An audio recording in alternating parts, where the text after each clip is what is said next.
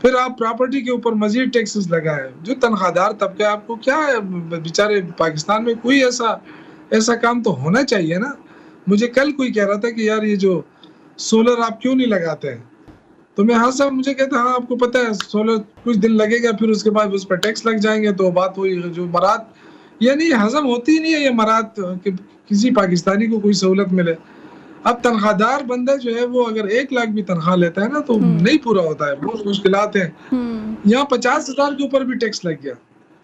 تو اب مجھے بتائیں کہ ایک بندہ اگر کرائے کے گھر میں رہتا ہے تو اگر وہ 50,000 بھی لے رہا ہے یا 1 لاکھ بھی لے رہا ہے تو وہ کہاں سے گورنمنٹ کو ٹیکس, آلریڈی جو چیزیں خرید رہا ہے اس پہ ٹیکس دے رہا ہے, صابن کے ٹیکے پہ ٹیکس دے رہا ہے, صرف خرید رہا ہے ٹیکس ادا ہو رہا ہے انڈائریکٹلی. تو یہ جو ہے نا گورنمنٹ کوئی نہیں سوچ رہی عوام کے بارے میں.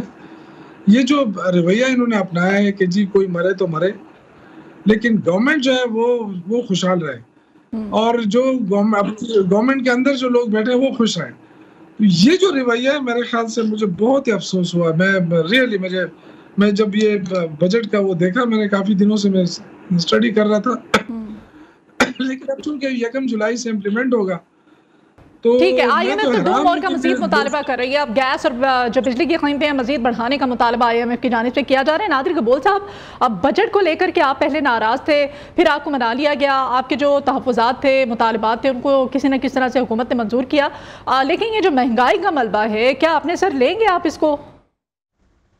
دیکھیں جو تحفظات ہیں وہ پوری طرح سے تو دور نہیں ہوئے. ہمارے تحفظات یہی تھے کہ جو بجٹ ہے وہ فیسلٹیٹ کرتا ہے سرمایہ داروں کو اور پیسے والے انڈسٹریلسٹ کو, زمینداروں کو, مگر جو کسان ہے, جو ان فیکٹریز میں جو مزدور ہے, جو عام لیبر طبقہ ہے, اس کو کوئی ریلیف نہیں دیا گیا. اسی وجہ سے ہم ووٹ نہیں دینا چاہ رہے تھے. بلاول بھٹو زرداری صاحب نے کافی تنقید بھی کی اسمبلی فلور پہ. آصفہ صاحبہ کی بھی جو پہلی سپیچ تھی, انہوں نے پہلی سپیچ کی ہی اس بجٹ کی وجہ سے, جو کہ عوام کی ریلیف دینے میں کوئی ایسا انہوں نے کوئی اقدام نہیں پیش کیے ہیں. مگر مجبوری ہے ہماری اس وقت کہ ہم, کیونکہ پاکستان آپ کو پتہ ہے آلریڈی اتنی پولیٹیکل انسٹیبلٹی کا شکار ہے, سیکیورٹی تھریٹس اپنی جگہ ہے, آئی ایم ایف کا پریشر اپنی جگہ ہے, تو مزید یہی تو میں بات کر رہی ہوں, سپورٹ تو کیا ہے نا اس بجٹ میں آپ نے, حکومت کا ساتھ تو دیا ہے نا, تو پھر الٹیمیٹلی مہنگائی کا ملبہ جو ہے وہ آپ کے سر بھی آتا ہے, عوام تو ڈالیں گے.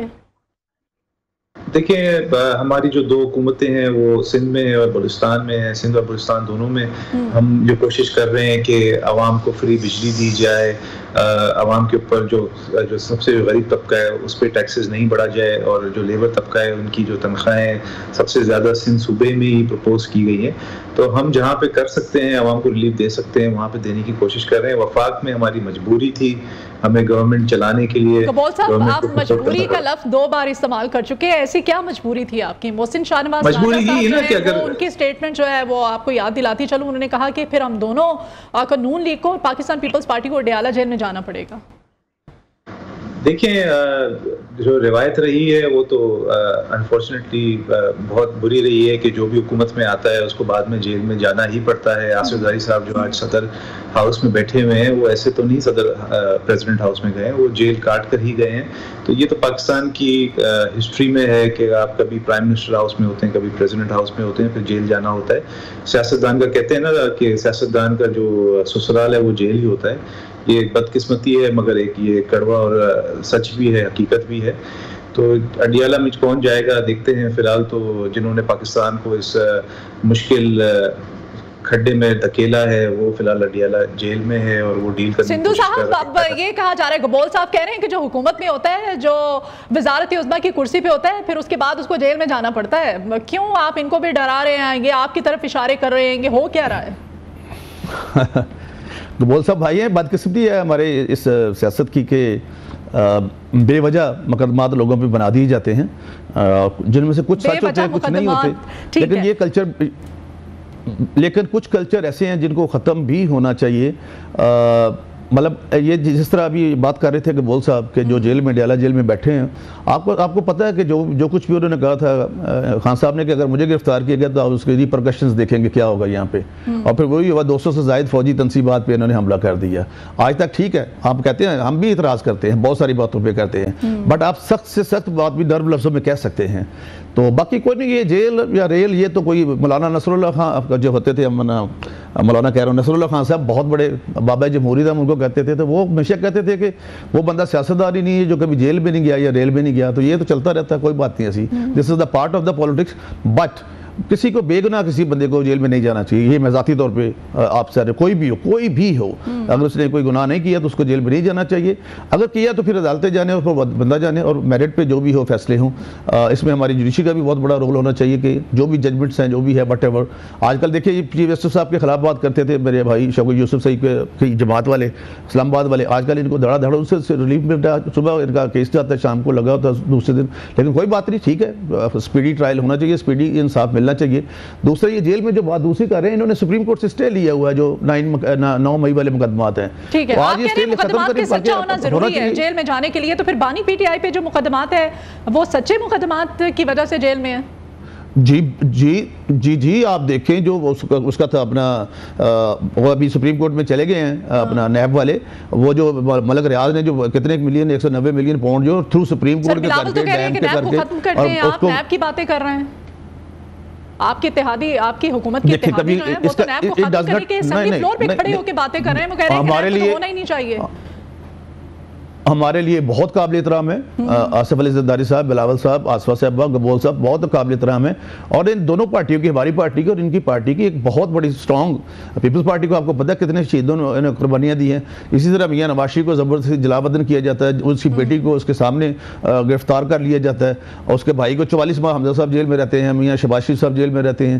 تو مطلب سارے بے بنیاد مقدمات الٹیمیٹلی وہ سپریم کورٹ کر دیتی ہے، ان کو بعد میں بری کرتی ہے. لیکن who is the responsible for those days and for those months and for those years کہ جو اس طرح سے ہوتے ہیں.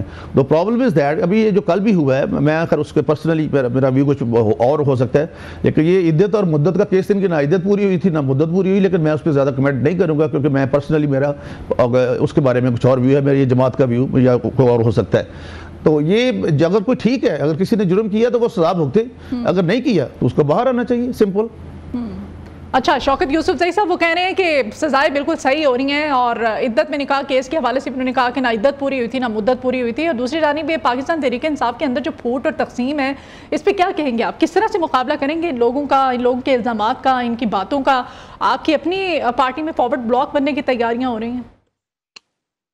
دیکھیں جہاں تک کیسز کا تعلق ہے وہ تو ظاہر ہے ہم ان سے کوئی این آر او تو ہم مانگ نہیں رہے ہیں، نہ Imran Khan N R O مانگے گا کبھی. وہ بڑی بہادری کے ساتھ اس کو فیس بھی کر رہا ہے، اور صرف یہ ہم عدلیہ سے گزارش کریں گے کہ ٹرائل تیز کریں، بے شک سزائیں دیں لیکن ٹرائل تیز کریں. اور باقی ان سے ہم نے کیا پوچھنا ہے کہ آپ یہ صحیح ہے غلط ہے، یہ تو ساری دنیا جانتی ہے کہ سارے کیسز غلط ہیں، بوگس کیسز بنے. اب عدت کیس کو آپ دیکھیں کتنی شرمناک بات ہے، یہ اسلام کا مذاق اڑایا جا رہا ہے پوری دنیا کے اندر، اور وہ لوگ بھی یہ کہہ رہے ہیں کہ یہ تو بالکل مذاق ہے. بہت سارے ان کے اپنے پارٹی کے لوگ بھی کہہ رہے ہیں کہ یہ مذاق ہے. تو دیکھیں بہت ساری چیزیں ہیں، لیکن پاکستان ویسے ہی بڑے مشکل میں، اور ایسے چیزیں کر کے نا یہ کوئی اچھا نام نہیں کما رہے ہیں. بہرحال انشاءاللہ مقابلہ کریں گے. پہلے پاکستان تو مشکل میں ہے، لیکن آپ کی اپنی پارٹی کے اندر جو پھوٹ اور تقسیم کا اس وقت آپ پاکستان تحریک انصاف شکار ہے. اب آپ کے بانی جو ہیں انہوں نے جیل کے اندر سے اس بات کا نوٹس لیا ہے. اب ایک بڑے استعفے کے بعد دوسرا بڑا استعفی آ جانا، پھر مزید اراکین کے استعفوں کی تیاریاں، اس پہ میں جاننا چاہتی ہوں کیا ہو کیا رہا ہے پارٹی کے اندر؟ دیکھیں مجھے کیوں میرا منہ کھلوا لے، میں خود بھی صبح سے میں نے ایک ویڈیو تیار کر لی ہے اور میں نے اس میں اسٹرانگلی کنڈیم کیا ہے کہ وہ لوگ جو بعد میں پارٹی میں شامل ہوئے یا پرانے لوگ ہیں اور آپس میں ابھی صرف عہدوں کے لیے اگر ان کی بات چیت چل رہی ہے، اس پہ اگر یہ جھگڑے ہو رہے ہیں تو یہ بہت ہی افسوسناک ہے، کیونکہ ہمارا سب سے اولین جو ترجیح ہے وہ عمران خان کو جیل سے باہر کرنا ہے اور اسی کے لیے ہم اسٹرگل کر رہے ہیں. لیکن اگر یہ اس طرح کی جو باتیں ہیں، پہلے تو کل سے بھی وہ کہہ رہے ہیں کہ جی ہمارے اندر کوئی اختلافات نہیں ہے، پارٹی یہ کہہ رہی ہے، اور سینئر لوگ بھی یہ کہہ رہے ہیں کہ اختلافات نہیں ہیں. عمر ایوب صاحب جو ہے وہ خود اپنی مرضی سے انہوں نے استعفیٰ دیا ہے، اور وہ اس لیے دیا ہے کہ وہ اپوزیشن میں اپنا رول ادا کرنا چاہتے ہیں. تو ڈویل وہ نہیں رکھنا چاہتے اپنے ساتھ، تو یہ ان کی اپنی مرضی ہے. باقی جو ایک آدھا کی طرف سے اگر کوئی اختلافی نوٹ آ رہا ہے نا تو اس سے کوئی فرق نہیں پڑتا ہے. آپ دیکھیں پی ایم ایل این کے اندر کتنے لوگ اختلافات کر رہے ہیں.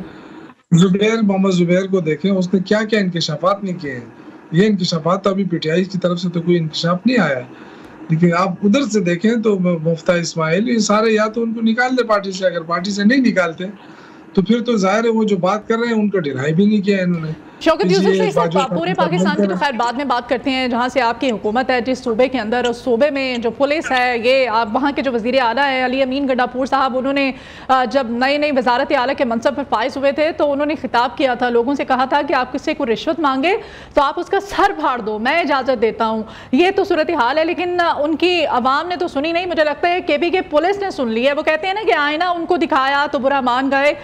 کہا کیا گیا تھا علی امین گنڈاپور صاحب کی طرف سے؟ پہلے اپنے ناظرین کو وہ سوٹ سنواتے ہیں.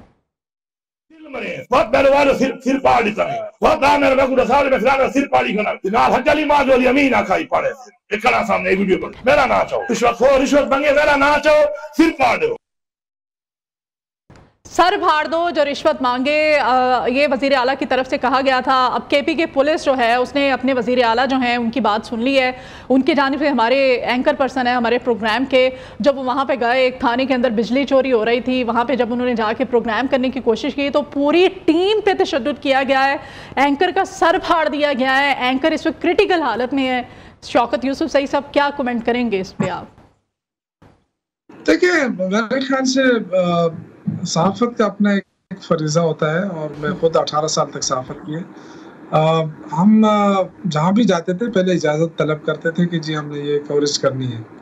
ٹھیک ہے، مجھے نہیں پتا تاکہ بجلی چوری ہو رہی ہے تو وہ ختم کر دی جائے، اس کے بعد پھر جا کے وہاں پہ اینکر اپنا کام کرے، رپورٹنگ کرے وہاں پہ صورتحال کیا ہے.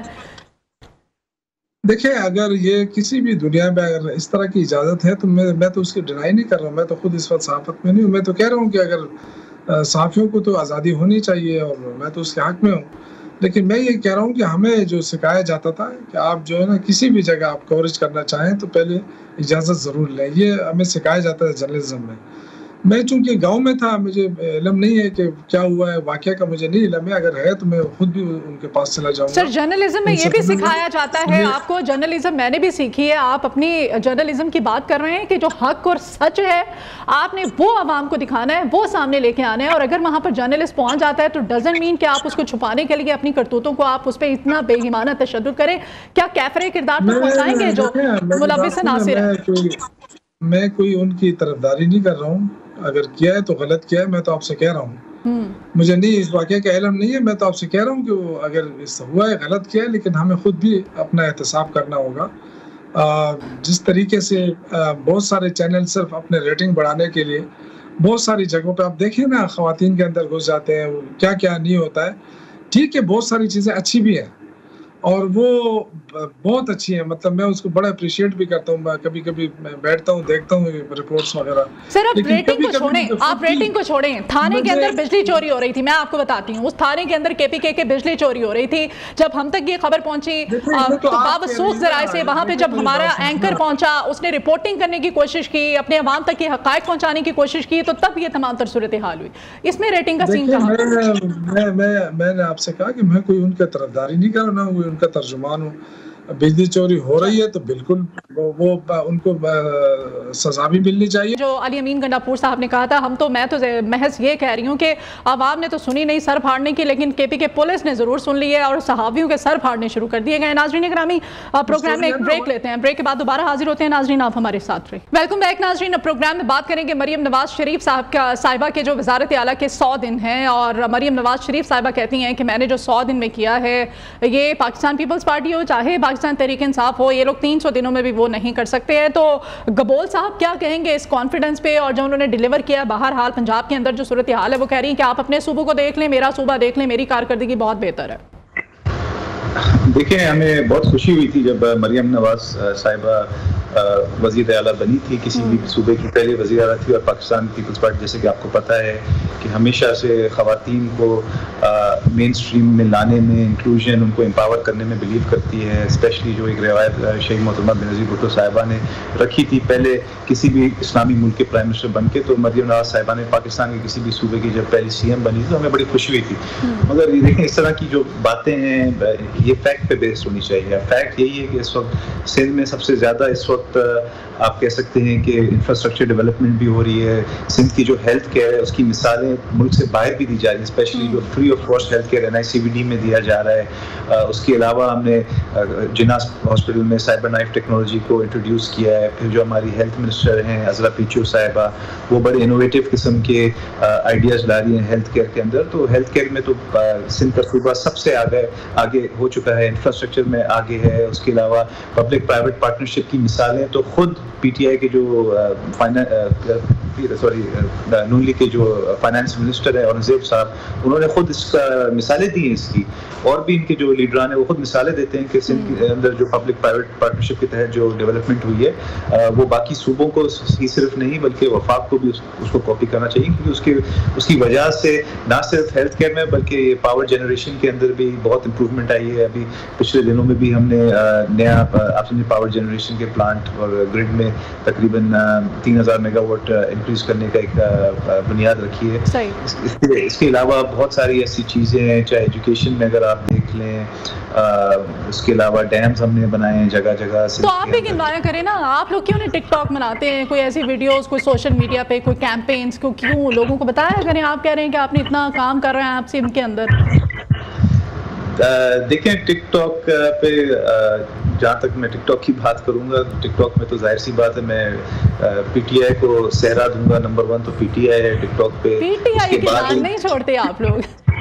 نہیں، یہ تو فیکٹ ہے. دیکھیں اگر ٹک ٹاک کی بات کرنی ہے، اگر مریم صاحبہ تو سر آپ بھی فائدہ اٹھائیں نا. ٹک ٹاک تو سب کے لیے ہے، یہ تحریک انصاف کی کوئی ایپ تھوڑی ہے، یہ تو ایک سوشل ایپ ہے. آپ بھی یوز کر سکتے ہیں، میں بھی یوز کر سکتی ہوں. نہیں، ہم یوز کرتے ہیں، مگر انفارچونیٹلی ہمیں جو ہے نا جھوٹ بولنا اور جھوٹا پروپیگنڈا کرنا نہیں آتا ہے، جو کہ PTI جس میں ماہر ہے. اور مریم نواز صاحبہ کو چاہیے کہ اگر واقعی میں ٹک ٹاک پہ اتنا یقین کرتی ہیں تو پھر وہ جو PTI والے ہیں ان کو تھوڑا کاپی کریں، کیونکہ جو سکسیس PTI والوں کو ٹک ٹاک پہ ملی ہے وہ ابھی تک مریم صاحبہ کو اور نون لیگ کو بھی نہیں ملی ہے. پیپلز پارٹی تو بہت پیچھے ہے جھوٹے پروپیگنڈا میں. چلیں، پاکستان تحریک انصاف PTI کے کسی اقدام کو تو مانتے ہیں نا آپ، درست مانتے ہیں آپ. سوشل میڈیا واقعی اسٹرینتھ تو ہے بہرحال پاکستان تحریک انصاف کی. سندھو صاحب، یہ 100 دن کی کارکردگی سے آپ کی وزیر اعلیٰ تو کافی مطمئن ہے. کیا عوام مطمئن ہے؟ کوئی سروے کرایا ہو، باہر نکلے ہو، لوگوں سے جانا ہو آپ نے؟ اور میں ذاتی طور پر لیکن گنڈاپور صاحب کی بات کو سیریس نہیں لیتا. ان کی بجائے میں شوکت یوسف زئی صاحب کا بہت زیادہ احترام کرتا ہوں، کیونکہ وہ تو ایک منٹ میں بہت ساری چیزوں کو شاید بنا دیتے ہیں اور ان کی کسی بات کو سیریس بھی نہیں لینا چاہیے. نمبر 2، جو مریم صاحبہ نے کہا، یہ میں تو اس کو ہیلدی کمپٹیشن سمجھتا ہوں کہ صوبوں میں صوبہ سندھ ہے، KP ہے، جتنے بھی چاروں صوبے ہیں، چاروں وقائیاں ہیں، ان سب یہ کمپٹیشن ہونا چاہیے ترقی کا. میں میڈم کی اپنا PM مریم نواز شریف صاحبہ کی کیبنٹ میں تھا سینٹر بننے سے پہلے. I was minister of parliamentary affairs and minister human rights. تو مجھے پتا ہے کہ صبح 9 بجے وہ آرٹ کلب پہ آ جاتی ہیں اور پھر رات 11-12 بجے تک، اور ہر ایک کے دکھ سکھ میں بھی ایون شریک ہوتی ہیں. ایون فیصل آباد میں 2 جو لوگ تھے مسیح لوگ، وہ سر مریم نواز شریف صاحبہ نے اگر روٹی سستی کی ہے تو ایک بڑا اچھا ان کا اقدام ہے، لیکن بجلی کی قیمتیں کہاں پہ پہنچ گئی ہیں؟